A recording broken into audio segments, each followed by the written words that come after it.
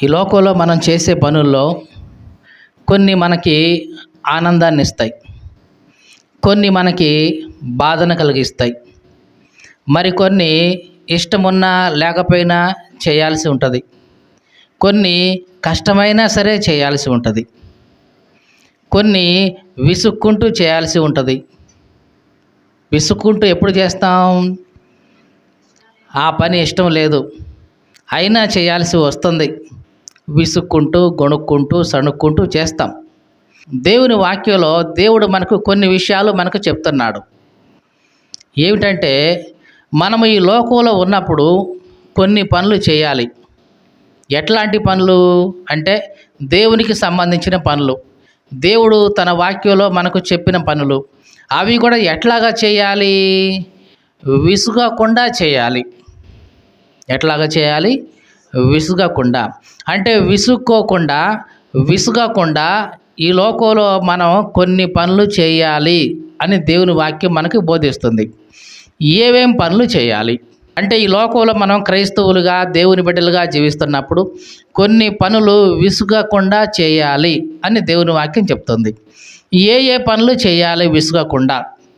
ఒకదాని తర్వాత ఒకటి మనం చూద్దాం. లూకాసు వార్త 18వ అధ్యాయం 1వ వచనం. వారు విసుగక నిత్యము ప్రార్థన చేయుచుండాలి అనటానికి ఆయన ఈ ఉపమానం చెప్పాడు. యేసు ప్రభు యొక్క ఉద్దేశం ఏంటి? వాళ్ళు విసుక్కోకుండా ఏం చేయాలంట? నిత్యము ప్రార్థన చేయాలి. అంటే ఈ లోకంలో మనం ఈ ప్రార్థన చేయడానికి, అది కూడా నిత్యము ప్రార్థన చేయడానికి ఏ మాత్రం కూడా విసుక్కోకూడదు. మొట్టమొదటిగా మనం విసుక్కోకుండా చేయాల్సిన పని ఏమిటి? ప్రార్థన చేయటం. ప్రార్థన చేయడంలో ఎప్పుడు కూడా విసుగు అనేది రానియకూడదు. మీకు అర్థమవుతుందా? కొన్ని పనులు మనం చేసి చేసి చేసి విసుగు పడతాం. ఏంటి ఈ పనులు ఇంతవరకు తెవలట్లేదు, ఎంత చేస్తున్నా వస్తనేమనే కానీ కావట్లేదండి, విసుగు వస్తుందండి అని అనుకుంటాం. కానీ మనం అట్లాగా విసుగుదల చెందకుండా చేయాల్సిన వాటిలో మొట్టమొదటిది ఏమిటి? ప్రార్థన. ఎప్పుడు చేయాలి ఈ ప్రార్థన? ప్రతి క్షణము చేయాలి. అంటే ఉదయం లేచినప్పుడు, వెళ్తున్నప్పుడు, మార్గంలో నడుస్తున్నప్పుడు, పడుకుంటున్నప్పుడు, త్రోవలో వెళ్తున్నప్పుడు, ప్రయాణం చేస్తున్నప్పుడు, ఎప్పుడైనా ఏ సమయమైనా ఎక్కడైనా సరే విసుక్కోకుండా ప్రార్థన చేయాలి. కాబట్టి మొట్టమొదటిగా విసుగుదల చెందకుండా మనం చేయాల్సిన పని ఏమిటి? ప్రార్థన. ఎందుకు అట్లాగా ప్రార్థన చేయాలి అంటే, ఇప్పుడైతే గనక మనకి చేతిలో బైబిల్ ఉంది, దేవుని వాక్యం ఉంది. ఇదిగో దేవుడు ఎట్లా మాట్లాడుతున్నాడు, దేవుని వాక్యంలో దేవుడు ఎట్లా చెప్తున్నాడు అని ఇట్లాంటివన్నీ కూడా మనకి బైబిల్లోని చదువుకుంటున్నాం. కానీ ఒకప్పుడు సంగతి, అబ్రహాముకి ఏమైనా బైబిల్ ఉందా? లేదు. అయినా సరే భక్తి జీవితం చేశాడా లేదా? చెప్పండి. మనకంటే బాగా భక్తి జీవితమే చేశాడు. మరి ఇస్సాకు, యాకోబు, ఏశావు వీళ్ళందరికీ ఏమైనా బైబిల్ ఉన్నాయా మనలాగా చేతిలో? పోనీ మనలాగా ఇట్లా సంఘాలు ఉన్నాయా వారం వారం పోవటానికి, నేర్చుకోవటానికి? పోనీ ఇట్లాగా చెప్పేవాళ్ళు ఎవరైనా ఉన్నారా పాస్టర్ల వాళ్ళకి? లేరు కదా, ఎవ్వరూ లేరు. అయినా సరే వాళ్ళు భక్తి జీవితాన్ని ఎట్లా కట్టుకున్నారు? ప్రార్థన. మీకు అర్థమవుతుందండి? ప్రార్థన వాళ్ళు విసుగకుండా చేశారు. ఎంత సమయమైనా చేస్తూనే ఉన్నారు. అబ్రహాం జీవితంలో మనం చూస్తే కనుక అబ్రహాము ఎంతసేపు దేవుని సన్నిధిలో ఉన్నాడు అంటే, దేవుడు తన దగ్గర నుంచి వెళ్ళిపోయేదాకా అబ్రహాం అట్లాగే ఉండేవాడు. మీకు అర్థమైందా ఈ మాట? దేవుడు దగ్గర నుంచి అబ్రహాము పోలా, అబ్రహాము దగ్గర నుంచే దేవుడు పోయేదాకా అబ్రహాం అట్లాగే ఉన్నాడు. ఆదికాండం 18వ అధ్యాయం 33వ వచనం చదువుతున్నాం. యెహోవా అబ్రహాముతో మాట్లాడటం చాలించి వెళ్ళిపోయాడు. అబ్రహాము తన ఇంటికి తిరిగి వెళ్ళిపోయాడు. ఇప్పుడు జాగ్రత్తగా చూడండి, ఎవరెవరు మాట్లాడుకుంటున్నారు ఇక్కడ? దేవుడు, అబ్రహాము ఇద్దరు మాట్లాడుకుంటున్నారు. అంటే దేవునికి మనిషికి మధ్య మాట్లాడుకోవడం అంటే ప్రార్థన జరుగుతుంది అక్కడ. ప్రార్థన అంటే ఏమిటి?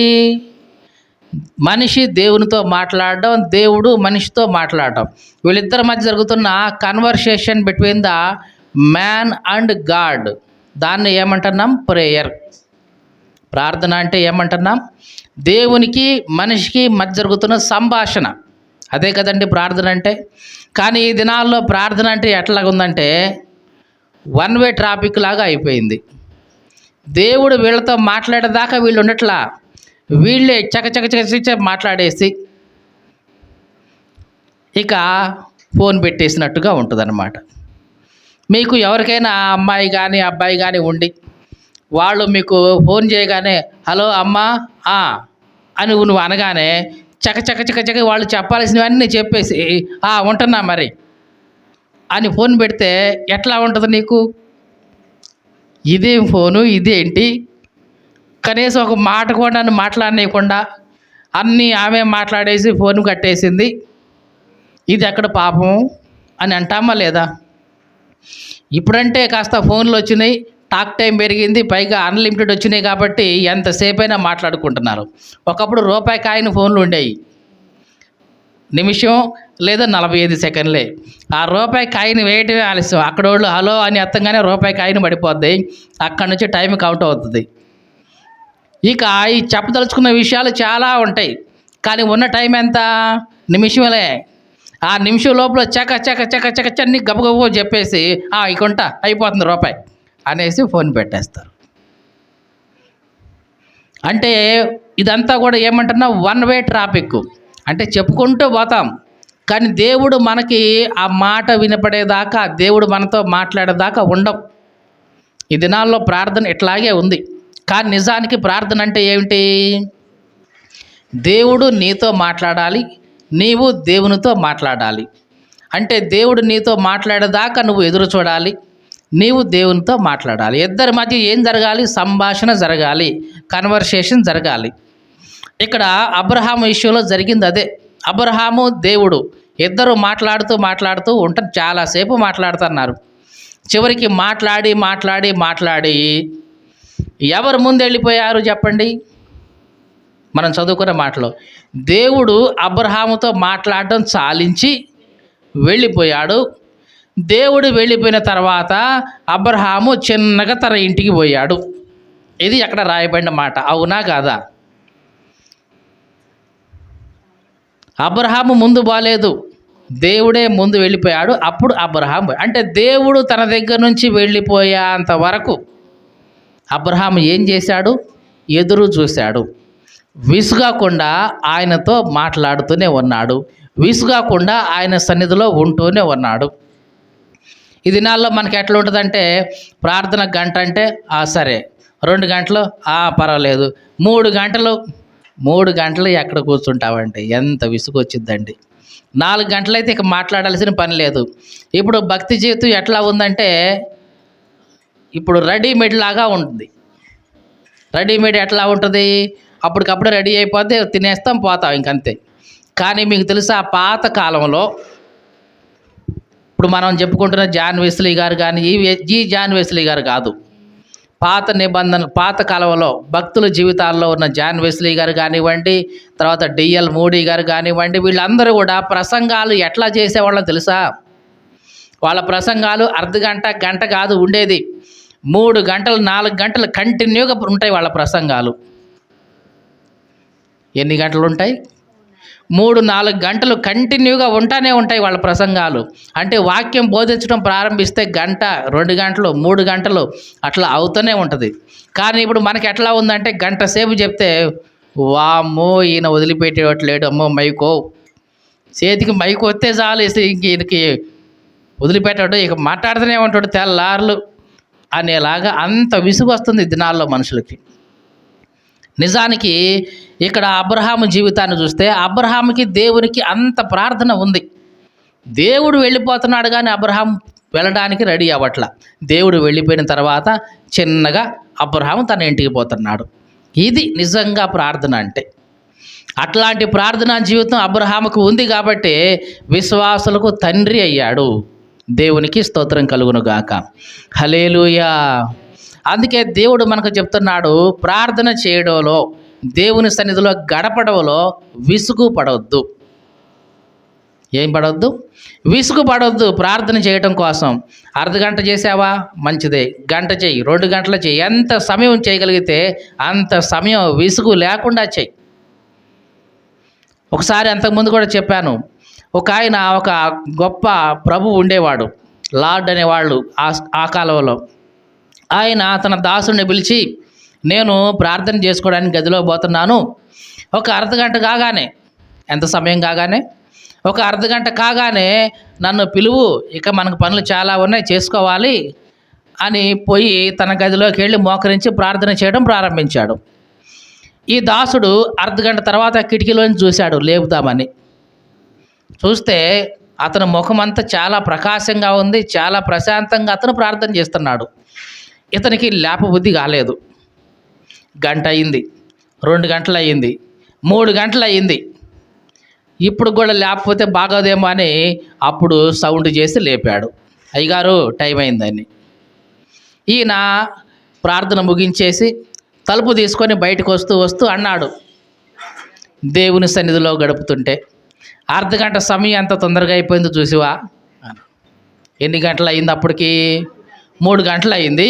ఈయన అంటున్నాడు, చూసివా, దేవుని సన్నిధిలో ప్రార్థనలో ఉంటే అర్ధగంట సమయం ఎంత తొందరగా అయిపోయిందో అంటున్నాడు. నిజానికి ఎంత సమయం అయిపోయింది అప్పటికి? 3 గంటలు అయిపోయింది. మనకి అర్ధగంట ఉంటేనే 3 గంటలు ఉన్నట్లు ఉంటుంది కదా. ఎందుకు? విసుగుపడుతున్నాం కాబట్టి దేవుడు అంటున్నాడు, ప్రార్థన చేయడంలో అస్సలు విసుగుపడొద్దు. సమయం దొరికితే ఉదయమే కానీ, మధ్యాహ్నమే కానీ, సాయంత్రమే కానీ, ఎప్పుడు సమయం దొరికితే అప్పుడు ప్రార్థనలో గడపటమే. ఎంతగా మనం ప్రార్థనలో గడుపుదామో అంతగా మనం దీవెనలు పొందుతాం, అంతగా దేవునితో అన్యోన్యంగా ఉండగలుగుతాం. అందుకనే విసుగు పడకూడదు ఈ విషయంలో, ఎట్టి పరిస్థితుల్లో కూడా.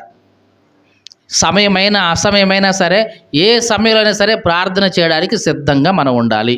దేవునికి స్తోత్రం కలుగునుగాక. హల్లెలూయా. కాబట్టి మొట్టమొదటిగా మనం విసుగు చెందకుండా ఉండాల్సిన విషయం ఏమిటి? ప్రార్థన చేయడంలో ఏ మాత్రం కూడా విసుగు అనేది ఉండకూడదు.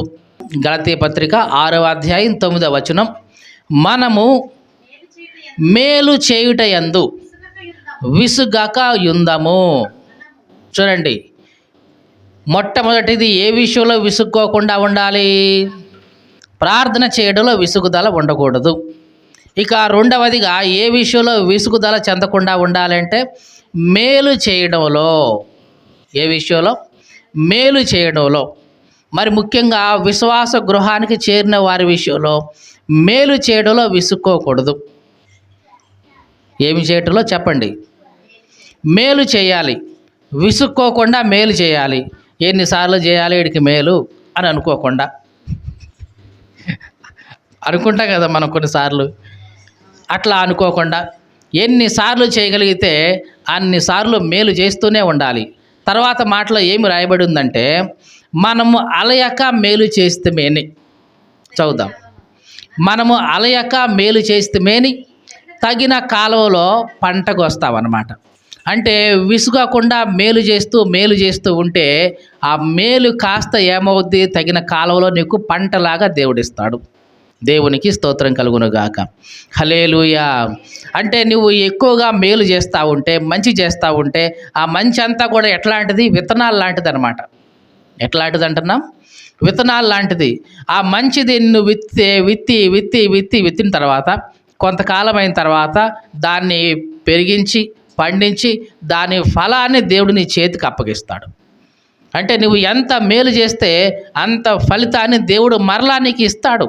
కాబట్టి మనం మేలు చేయడంలో విసుగుదల ఉండకూడదు. అది ఎవరి విషయంలోనే కానివ్వండి. మరి ముఖ్యంగా బేదల విషయంలో. ఎవరి విషయంలో? బేదల విషయంలో కానీ, అంగహీనుల విషయంలో కానీ, లేదు దరిద్రుల విషయంలో కానీ మేలు చేయడంలో ఎట్టి పరిస్థితులు కూడా విసుక్కోకూడదు. ఎందుకంటే వారికి మేలు చేశామా దేవునికి చేసినట్లే. మీకు అర్థమైంది ఈ మాట? మనం గనక ఒక వ్యక్తికి, అవసరతలు ఉన్న వ్యక్తికి సహాయం చేస్తే దేవునికి చేసినట్లే. ఒక ముసలవ్వ వచ్చింది అర్ధరాత్రి సమయంలో, అయ్యా నా దగ్గర తినడానికి ఏమీ లేదు, మరి నువ్వేమన్నా ఇవ్వయా అని వచ్చింది. తన దగ్గర ఉంది రెండే రూపాయలు.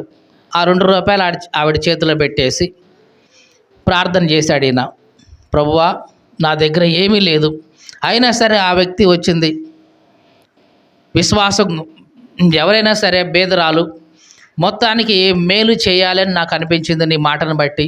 ఇదిగో దేవా, నా దగ్గర ఉన్నది కాస్త ఆవిడకి ఇచ్చాను, మరి నేను ఇప్పుడు ఖాళీగానే ఉన్నాను, నా పోషణ నీదే, నా భారం నీదే అని ప్రార్థన చేశాడు. తెల్లారిన తర్వాత ఆయనకి మనీ ఆర్డర్ వచ్చేసింది. ఇప్పుడంటే ఫోన్పేలు, గూగుల్ పేలు ఇవన్నీ ఉన్నాయి, అకౌంట్లు ఇవన్నీ. పాత రోజుల్లో అట్లా ఏవు మనీ ఆర్డర్లు ఉండేవి. అంటే అక్కడ వాళ్ళు ఇక్కడ డబ్బులు పంపించాలంటే పోస్ట్ ఆఫీసులో కానీ అట్లా పంపించేవాళ్ళు. ఆ మనీ ఆర్డర్ ఇతనికి వచ్చింది. ఎంత వచ్చిందని చూస్తే ఇతను ఇచ్చింది ఎంత? 2 రూపాయలు. కానీ ఇతనికి ఆ సమయంలో వచ్చిన మనీ ఆర్డర్ ఎంత అంటే 200 రూపాయలు వచ్చినాయి. దేవునికి స్తోత్రం కలుగును గాక. హల్లెలూయా. ఏందండి 200కే ఓ అంటున్నారు అనుకుంటున్నావేమో. ఆ రోజుల్లో 200 అంటే అంత పెద్ద. ఆ రోజుల్లో కూలి చేస్తే ఎంత? రూపాయో ఎంతో పావలానో ఉండేది. కానీ ఆ రోజుల్లోనే 200 రూపాయలు రావడం అంటే నిజంగా ఇప్పుడు 2 లక్షలు వచ్చినంత గొప్ప.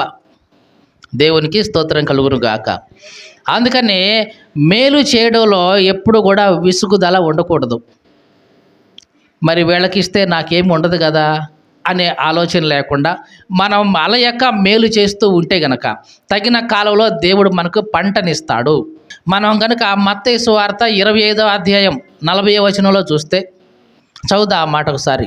మత్తయి సువార్త 25వ అధ్యాయం 40వ వచనం చదువుతున్నాం. అందుకు రాజు, మిక్కిలి అల్పులైన ఈ నా సహోదరులలో ఒకడికి మీరు చేశారు కాబట్టి నాకు చేసినట్లే. రాజు చెప్తున్నాడు. ఎవరు ఈ రాజు అంటే దేవుడే. రాజు సింహాసనం మీద కూర్చొని ఇటువైపు ఎడమ వైపేమో ఒకళ్ళు ఉన్నారు, కుడివైపేమో ఇంకొకళ్ళు ఉన్నారు. ఈ కుడివైపు ఉన్న వాళ్ళను చూసి, నా తండ్రి చేత ఆశీర్వదించబడిన వాళ్ళారా, లోకం పుట్టినది మొదలుకొని మీకోసం సిద్ధపరచబడిన రాజ్యంలోనికి రండి. నేను ఆకలి కొన్నాను, మీరు నాకు అన్నం పెట్టారు. నేను దాహంతో మీ దగ్గరికి వచ్చాను, మీరు నాకు నీళ్ళు ఇచ్చారు. నేను బట్టలు లేకుండా వస్త్రహీనుడిగా మీకు కనబడ్డాను, మీరు కనికరపడి నాకు బట్టలు ఇచ్చారు. నేను రోగగ్రస్తుడిగా కనబడ్డాను మీకు, మీరు నన్ను పరామర్శించారు. నేను చెరసాలలో ఉన్నాను, నన్ను దర్శించడానికి వచ్చారు. కాబట్టి మీరు ఎంత చేశారు కాబట్టి నాకు మంచి, కాబట్టి ఇది రాజ్యంలోకి రండి, పరలోకంలోకి రండి అని వీళ్ళని పిలిస్తే వీళ్ళు అంటున్నారు, ఎప్పుడు చేసాం ఇవన్నీ? మేము ఎప్పుడు చేసాం? నువ్వెప్పుడు మా ముందుకు వచ్చి అయ్యా అని అన్నం కోసం అడిగావు? ఎప్పుడు మేము అన్నం పెట్టాం? ఎప్పుడు మంచిలు అడిగితే మేము ఇచ్చాం? ఎప్పుడు నువ్వు దిగంబరికి కనపడితే నీకు బట్టలు ఇచ్చావు? నాకేం గుర్తులేదయ్యా, మాకు తెలియట్లేదు, ఎప్పుడు చేసావు నీకు అని అంటే ఈ రాజు అంటున్నాడు, మిక్కిలి అల్పులైన ఈ నా సహోదరులు ఒకడికి చేశారు కాదు మీరు, నాకు చేసినట్లే. ఏంటంట? బేదలైన వాళ్ళకి, మిక్కిలి అల్పులైన వాళ్ళకి మీరు ఒకడికి చేసినా సరే అది ఎవరికి చేసినట్లు? నాకు చేసినట్లే. వాళ్ళకి మేలు చేశారు మీరు, నాకు చేసినట్లే. కాబట్టి రండి అని పిలుస్తున్నాడు. దేవునికి స్తోత్రం కలుగును గాక. హల్లెలూయా. కాబట్టి మేలు చేసే విషయంలో, మంచి పని చేసే విషయంలో మనం ఏం చేయకూడదు? విసుగకూడదు. 2 విషయాలు మనం చూసాం ఇప్పుడు. మొట్టమొదటిగా ఏ విషయంలో విసుక్కోకూడదు చెప్పండి? ప్రార్థన చేయడంలో ఎప్పుడు కూడా విసుగుదల చెందకూడదు. ఇక రెండవది ఏం నేర్చుకున్నాం? విసుగుదల ఏ విషయంలో? మేలు చేయడంలో విసుగుదల ఉండకూడదు. మంచి చేయటంలో, సహాయం చేయటంలో విసుగుదల అనేది రాకూడదు. సహాయం చేస్తూ చేస్తూ పోతే ఒకనొక సమయంలో దాని యొక్క ప్రతిఫలం మనకే దేవుడు కొలిచిస్తాడు. సామెతల గ్రంథం 3వ అధ్యాయం 11వ వచనం. నా కుమారుడా, ప్రభువు శిక్షను తృణీకరించవద్దు, ఆయన గద్దింపునకు విసుకవద్దు. ఇక్కడ 2 విషయాలు చెప్తున్నాడు. ప్రభువు నీకు ఎప్పుడైనా శిక్ష విధించాలి అనుకుంటే, శిక్ష విధిస్తే దానికి నువ్వేమంటావు? లోబడి ఉండాలి. ఆయనను ఎప్పుడైనా గద్దిస్తే ఆ విషయంలో ఏం చేయాలి? విసుక్కోకూడదు. కాబట్టి దేవుడు గనక తన వాక్యం ద్వారా నిన్ను గద్దించినప్పుడు, దేవుడు నిన్ను తన మాట ద్వారా గద్దించినప్పుడు, ఆ గద్దింపును బట్టి నీలో ఏమి రాకూడదు? విసుగుదల రాకూడదు. ఏంటి ఈయన ఎంత గద్దిస్తున్నాడు, ఏందినా ప్రద్దాకలు నన్నే అంటున్నాడు, ఇట్లా అనేవాళ్ళు చాలామంది ఉంటారండి. నిజానికి అనేది వాళ్ళ గురించి కాకపోయినా వాళ్ళకే అనుకుంటారు. ఇప్పుడు నేను దేవుని వాక్యం ఇక్కడ బోధిస్తున్నప్పుడు ఈ మాట వినే వాళ్ళకి ఎవరో ఒకళ్ళకి తగులుతూనే ఉంటుంది. ఓహో, వాళ్ళ జీవితాన్ని బట్టి, లేకపోతే వాళ్ళ ప్రవర్తన బట్టి, వాళ్ళ మాటలను బట్టి వాళ్ళకి అవి సూట్ అవుతూ ఉంటాయి. దాన్ని బట్టి చూసివా, ఆయన మా గురించే చెప్పిండు ఇట్లా, నా గురించే చెప్పిండు ఇట్లాగా అని అనుకొని విసుగుదల చెందకూడదు. దేవునికి స్తోత్రం కలుగునుగాక. హల్లెలూయా. ఒకవేళ దేవుడు మనతో మాట్లాడుతున్నప్పుడు ఒకవేళ మనలో ఆ లోపం ఉంటే సరి చేసుకోవాలి. లేదు, మనలో ఆ లోపం ఏమి లేదు, దేవునికి స్తోత్రం అని, అది ఎవరి కోసమో అని మనం అనుకోవాలి. ఒకసారి ఒక సంఘానికి ఒక కొత్త పాస్టర్ గారు వచ్చాడంట. ఆయన వాక్యం బోధిస్తూ దేవుడు ఎంతో ప్రేమ గలవాడు, యోహాను 3:16 చూడండి అన్నాడంట. మీకు అర్థమైందా? దేవుడు ఎంత ప్రేమ గలవాడండి. కావాలంటే చూడండి, యోహాను 3:16 అంటున్నాడు. ఈ ప్రసంగం అయిపోయిన తర్వాత అక్కడ ఉన్న సంఘ పెద్ద ఆయన పాస్టర్ గారి దగ్గరికి వచ్చి అన్నాడు, ఏవండి, మంచిగా ప్రసంగం చేస్తున్నారు, బాగానే ఉంది, కానీ మేము సంఘ పెద్దలమే కాబట్టి సంఘస్థుల విషయంలో కానీ సంఘ పెద్దల విషయంలో కానీ వాళ్ళ పర్సనల్ విషయాలు మాత్రం తేమాకండి అన్నాడు. ఈయన అన్నాడు, బాబు నాకేం అవసరం మీ పర్సనల్ విషయాలు మాట్లాడేంత, నేను వచ్చానా, దేవుని వాక్యం బోధించానా, నా పని నేను చూసుకున్నా అన్నట్లు ఉంటుంది, నేను ఎందుకు మీ గురించి మాట్లాడతాను, నాకే ఉందయ్యా అవసరం అని చెప్పి పోయాడు. మళ్ళీ 2వ వారం వచ్చాడు. మళ్ళీ ఈయన మాట్లాడుతూ దేవుడు ఎంత ప్రేమ గలవాడండి, ఎందుకంటే దేవుడు ప్రేమని శంకిస్తారు, కావాలంటే చూడండి యోహాను 3:16 అన్నాడు. మళ్ళీ 2వ వారం కూడా ఈ సంఘ పెద్ద అన్నాడు, ఏవండి పోయిన వారమే చెప్పా కదా పర్సనల్ విషయాలు వైపు మాట్లాడొద్దంటే, నేనేం మాట్లాడలేదు కదండి, ఇంకెప్పుడు మాట్లాడమాకండి పర్సనల్ విషయాలు అని చెప్పిపోయాడు.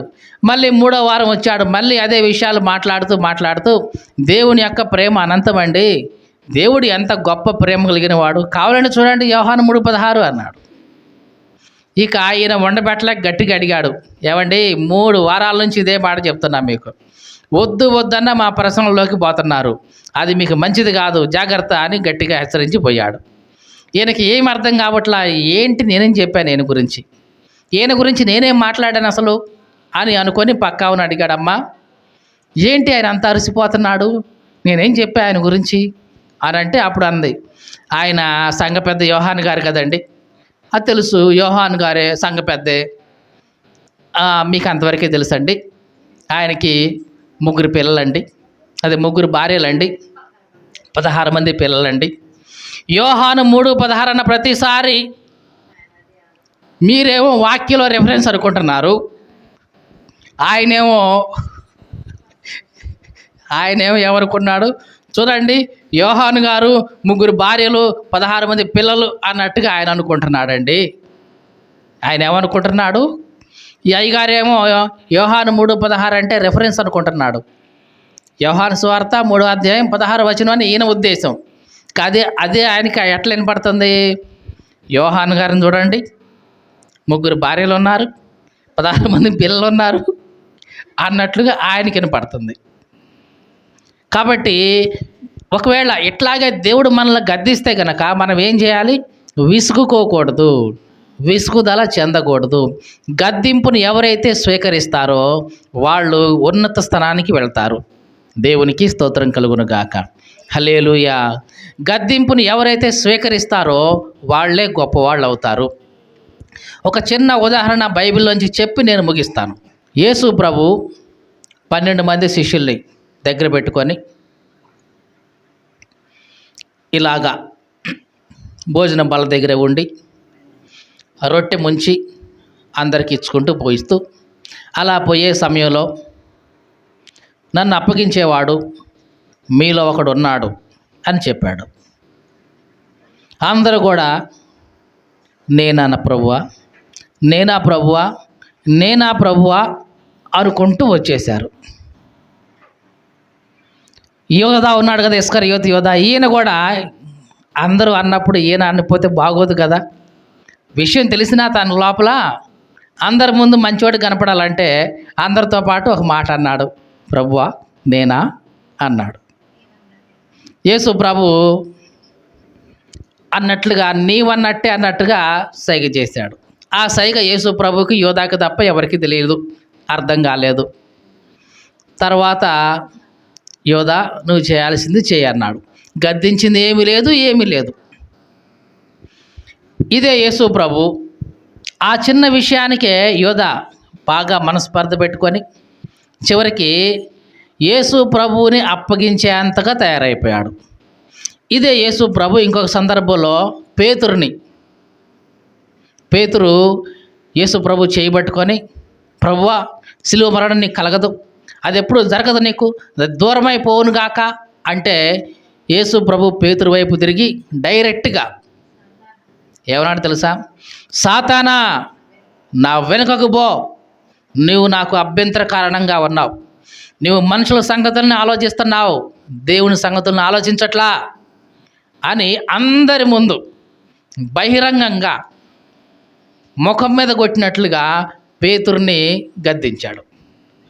ఇప్పుడు ఈ 2 గద్దింపుల్లో ఏది గట్టి గద్దింపు చెప్పండి? పేతురుని గద్దించిందే అసలు మామూలు కాదు. ఆ స్థానంలో నేను ఉంటే కనుక ఏమనుకుంటామంటే, నేను సాతాన్నా, నన్ను సాతాన్ అంటవా, అది కూడా ఎంతమందిలో పట్టుకొని, ఎంతమంది మధ్యలో నన్ను పెట్టుకొని బహిరంగంగా సాతానాన్ని నన్ను అంటావా, ఇక నీ ముఖం చూస్తే ఒట్టు అని మనం పోతాం. కానీ పేతురు అంత కఠినమైన గద్దింపును కూడా స్వీకరించి యేసు ప్రభుతోనే ఉన్నాడు. కానీ యోధాని గద్దించింది ఏమీ లేదు. అయినా సరే ఆ చిన్న దాన్ని కూడా తీసుకోలేకపోయాడు. ఎప్పుడైతే దాన్ని తీసుకోలేకపోయాడో అపవాది లోపల ప్రవేశించి చివరికి తన పతనానికి తానే కారణమయ్యాడు. మీకు అర్థమవుతుందా అండి? దేవుడు నిన్ను గద్దించినప్పుడు విసుక్కోవద్దు. విసుగుదల చెందావా, ఇదిగో నువ్వు అపవాదికి దగ్గర అయిపోయావా, అపవాది నిన్ను నాశనం చేస్తాడు. విసుగుదల చెందకుండా దేవుడు నిన్ను గద్దించినప్పుడు దాన్ని స్వీకరించి దేవుని సన్నిధిలో నిలబడ్డావా, తప్పనిసరిగా నువ్వు ఉన్నతమైన స్థితికి వెళ్ళిపోతావు. పేతురుని అంత గట్టిగా గద్దించాడు, అయినా సరే పేతురు విసుక్కోలేదు, ప్రభువుతోనే ఉన్నాడు. ఇప్పుడు పేతురు గురించి గట్టిగా మాట్లాడుకుంటున్నాం, గొప్పగా మాట్లాడుకుంటున్నాం. అవునా కాదా? ఇది ఆత్మ సంబంధంగానే కానది, శరీర సంబంధంగా కూడా.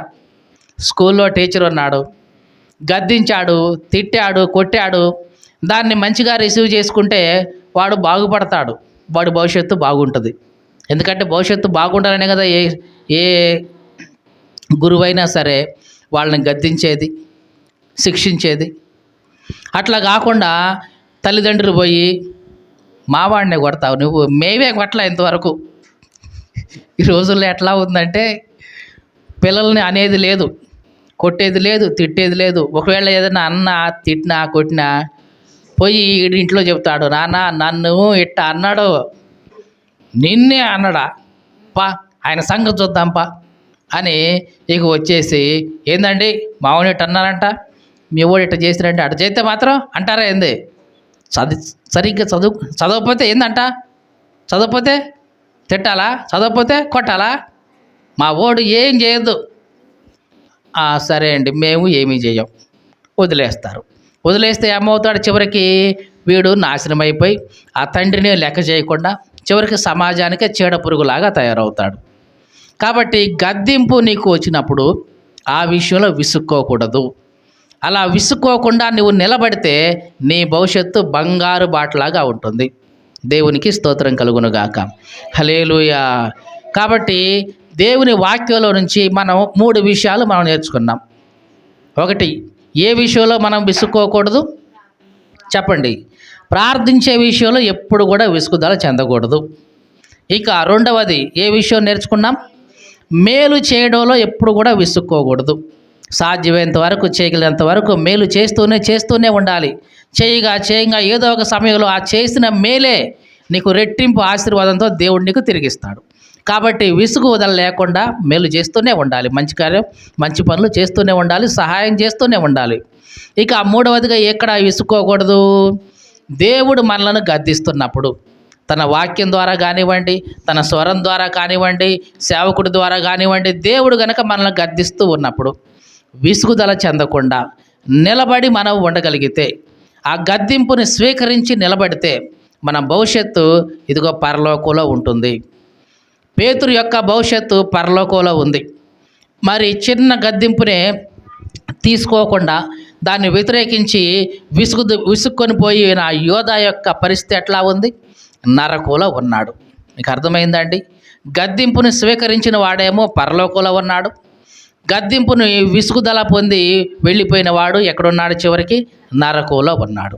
కాబట్టి విసుగుదల అనేది మనం చెందకూడదు. దేవుడు మనల్ని గద్దిస్తున్నప్పుడు, తన వాక్యం ద్వారా కానీ, తన స్వరం ద్వారా కానీ దేవుడు మనల్ని గద్దిస్తున్నప్పుడు విసుగుదల చెందకుండా దేవుని సన్నిధిలో నిలబడాలి. దేవునికి స్తోత్రం కలుగును గాక. హల్లెలూయా. కాబట్టి ఈ 3 విషయాల్లో ఏ విషయమైనా సరే మనకులో ఇంకా విసుగుదల ఉందేమో అని మనలను మనం పరీక్షించుకోవాలి.